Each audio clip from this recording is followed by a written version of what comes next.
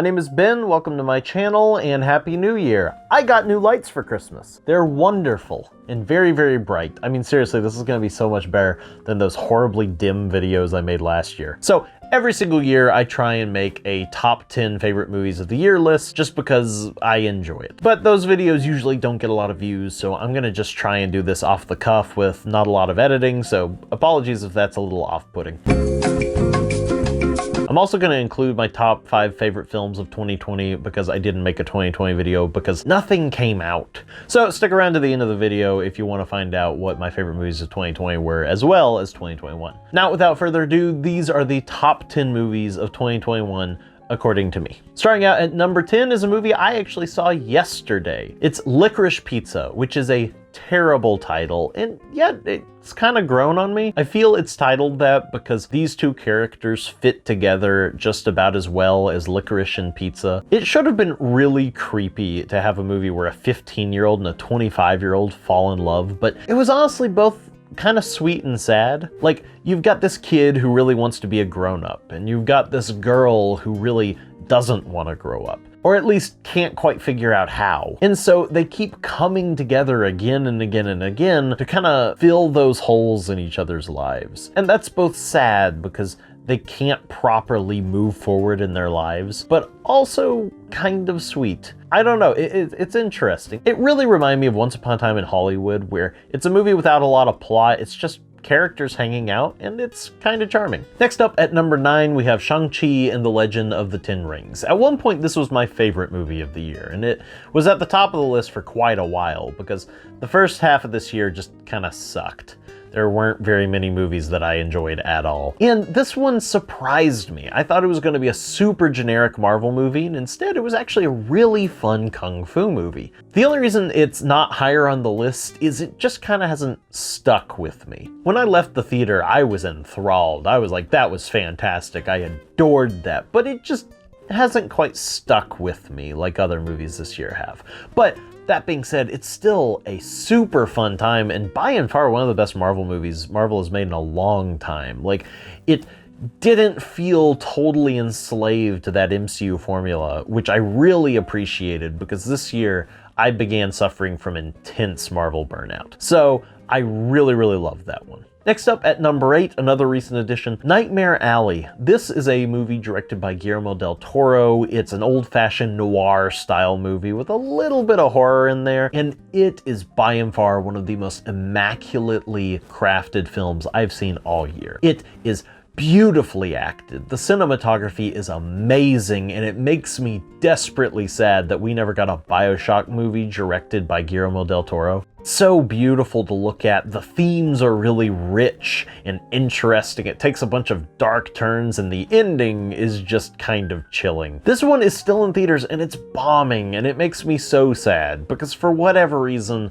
they decided to release it at the same time as Spider-Man. Like, why would you do that to this poor movie? It's currently still in theaters, so please go check it out. Next up on our list, we have The Mitchells vs. the Machines. In my video, Hollywood is bad at naming things, I made a grievous error where I made fun of this movie for having a bad name. Or when they changed Connected, which was already a pretty boring title, to The Mitchells vs. the Machines. Great movie, bad title. Let's face it, that was a lateral move at best. I have since seen the error of my ways. Everyone and their brother chided me for that, and they were right. Mitchells vs. the Machines, while not the best title, is a better title for this movie than Connected. But enough about the title. This movie is fantastic. There were so many great anime movies this year, like Luca and Encanto, and honestly, I couldn't quite decide which one I liked the most, but this one, there's just something special about this one. It's directed by two of the writers of Gravity Falls, and it has that same madcap, hilarious energy that Gravity Falls had. And it's produced by Lord and Miller, the guys who did Into the Spider-Verse and the Lego Movie and Cloudy with a Chance of Meatballs, and it has that same sort of mile-a-minute jokes, but also incredible heart. In a story about a child and a father who have a hard time connecting, and people talk about the Spielberg father figure a lot, but why doesn't anyone ever talk about the Lord and Miller father figure? I mean, it's every movie they've ever made except for the 21 Jump Street movies. This movie had some amazing jokes, some incredibly interesting things they do with the editing and the animation, but the ending, daggum, that ending got me. Like, oh my gosh, what? Up until the ending, I was like, man, this is really good, but not quite as good as I thought it was going to be. And then you had that part. The part with the moose, and I don't want to give it away, but oh my gosh. Oh, it broke my heart into a million pieces. This movie is so good. Watch it, please. It's so, so good. So, here's the thing. I am a huge fantasy nerd. I just freaking love anything that has swords and shields and magic and dragons and wizards and the whole 9 yards. And it is very, very rare that I get a good fantasy movie. It's one reason I loved Shang-Chi so much. That ending was like, oh my gosh, it's fantasy. I never get this. And I felt the same way when I saw number 6 on this list, The Green Knight. Oh my gosh, it was just so wonderful to just watch a fantasy movie that's just a fantasy movie. It takes itself seriously. It really delves into the old Arthurian myths, and it just, I loved it. This movie, it was a little slow at points, but for the most part, I was just eating up every frame, every interesting encounter. It just felt so magical and atmospheric. There's that one part with the scarf that I did not like, but other than that, it was fantastic, and I couldn't recommend it enough. At number 5, we have The Suicide Squad. This is the first DC movie since The Dark Knight that I would actually say is an amazing movie, and nobody went and saw it. Shame on you. Shame on all of you. This movie was so fun. It was so fantastic. We keep getting all these Deadpool ripoffs. This is the one that actually is what Deadpool wants to be. It's crass, it's bloody, it's over the top, it's hilarious. It is so much fun. I enjoyed every moment of this movie, and I love that James Gunn crafts these movies that are goofy and over the top and silly and funny, and he, unlike every other filmmaker, really doesn't need to inject real character arcs into his movies. He doesn't need to have a lot of heart in his movies because they're just silly comedies that people see for explosions and dumb jokes. And yet he is one of the very few filmmakers working in blockbusters today who actually bothers to give his characters some real depth. Like, it's nothing amazing, it's not War and Peace, but I love that every single one of these characters had an arc that made you genuinely care about these characters. That's just so rare to see in superhero movies nowadays. So yeah, I loved this movie. Check it out on HBO Max if you haven't seen it, because it is so, so good. At number 4, we have another criminally slept on movie. It is The Last Duel. The Last Duel is one of the best movies I have seen in quite a while. I feel like movies like this just don't get made anymore. Really interesting movies told in a really interesting way in a really interesting setting. For those of you who don't know, the film is about a sexual assault told from 3 different perspectives. From the victim's husband, from the perpetrator, and then finally from the victim's perspective. And it takes a Rashomon-esque approach to the storytelling, where it shows all of those perspectives one at a time. And it works incredibly well. There's a lot of people talking about like, oh, well, this movie wasn't successful because of its controversial subject matter. And like, look, if you didn't want to see this movie because it was about a rape, I totally understand that. I hate movies about sexual assault, and I hate watching movies about sexual assault. But I don't think that's the reason this movie failed. Shows like Game of Thrones and Outlander are super successful, and they have sexual assaults all over the place. And yet people watch them all the time. I think this movie failed because A, it was a Fox movie being advertised by Disney, and I don't think they put a lot of weight behind it. And B, I really don't think audiences are all that interested in non-blockbuster movies anymore. And that makes me sad because this movie is immaculately put together. The first act feels disjointed and badly edited, and I was like, is this just not a very good movie? But then shockingly, it actually turns out to be a really freaking brilliant movie, because you realize the reason that this first act is so disjointed is because of all of the information that this character is purposefully leaving out. And the same is true of the second act from Adam Driver's perspective, who gives a fantastic performance, by the way. And so it makes it so fulfilling when we finally get the film from the perspective of the victim and we really see how these events actually went down. I saw it with my girlfriend and she pointed out to me this great moment where in the first act, Matt Damon has a horrible cold and his family is like, oh, please don't leave. If you leave, you might die. And he's like, I do think I'm going to die, but I must brave the elements. And then from his wife's perspective, he coughs maybe once. And this film just does such an amazing job of breaking down the ways that we self-edit our memories in our minds and really do mental gymnastics to convince ourselves that in every situation, we're the good guys, when in reality, we might not be. It's a great film with a great lesson about humanity and humility, and maybe that we all need to be a little bit better about analyzing our own actions and our own motivations and seeing the ways that we might actually be hurting the people around us. It is such a great movie, and I highly recommend giving it a watch. All right, now we've come down to our top 3, and honestly, any of these could have been my favorite movie of the year. At number 3, we have West Side Story, which again is in some ways my favorite movie of the year because this is maybe the best crafted movie I saw this year. Steven Spielberg makes modern day musicals like In the Heights seem like child's play. The way that he shoots dancing and choreography in this film bring about a level of awe that I usually only have for like special effects and amazing action scenes. The dance numbers are fantastic. His cinematography is fantastic. This film looks like it could have been shot back in the 1970s, and yet at the same time looks incredibly modern. Every single frame is a painting. It is by and far one of the best looking movies I've ever seen. The acting across the board is fantastic, except Ansel Elgort is sometimes not the best. He's kind of the weak link, but other than that, it's so good. Everyone's amazing in this film. Like, there's a shot in this movie of a bunch of people running. That's it. It's just a bunch of people running. And yet, it's like the best shot of a bunch of people running I've ever seen in a movie. Steven Spielberg is truly a master of cinema. And really, the only equals he has are his peers who are still going at it today, like Martin Scorsese. This is Spielberg's best movie in years, and the best musical I have seen in years. And yet, just like Nightmare Alley and The Last Duel, this movie is bombing, and that breaks my heart.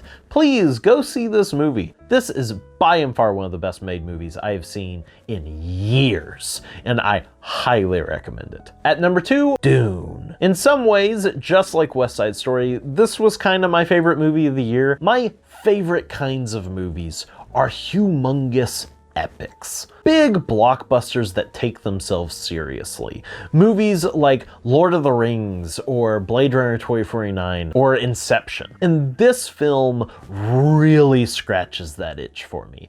It looks amazing. This might be my favorite shot of the entire year. As a huge sci-fi fantasy nerd, this movie hit all the buttons for me. I love the way they brought this to screen. And honestly, I don't think you could have made this movie any better. I recently read the book and honestly, I didn't love it. It was kind of slow and boring. And this movie took all of that and made it as compelling as it possibly could have been. Stuff that needed to be trimmed got trimmed. Stuff that was mundane in the book suddenly had an incredibly cool reinterpretation. Every last minute of this movie is so gorgeous and so cool, and I love Denis Villeneuve's way of approaching blockbusters. So many modern blockbusters seem to constantly feel the need to wink at the camera. Like, get it? We know. We're silly. We know that spaceships don't actually exist. We get it. It's just a goofy blockbuster that's that's a sci-fi or a fantasy. But I love how Denis actually treats the source material seriously, because for the characters in this movie, these events are serious. So many other filmmakers would have turned this into a gross CGI fest, but instead he turns the sci-fi classic into a masterpiece of a film. The only flaw I can think of is just that it is so loyal to this book. And I personally, again, I'm sorry sci-fi nerds, but I found the book to be less than impressive. Not bad, just not amazing. And I feel like the source material held the film back at points. But I'm still so freaking glad it got made, and I just adored every single moment of it. Now, before we get to number one, I want to go over the movies in 2020 that I really enjoyed. You can skip to this timestamp if you're not interested in hearing it. In 2020, I really didn't watch a lot of films that got released straight to video on demand. I don't know why. I've got some weird mental block where if something goes straight to streaming, it's kind of like a television movie to me. Not that it's television movie quality, it flies under my radar. And so because of that, I missed out on most of the great movies of 2020. Because most of the movies I watched were the ones I saw in the theater, and there weren't a lot of those. So for a quick rundown of my top 10 movies of 2020, at number 10 we had Wonder Woman 1984. Look, I know this movie was a total mess,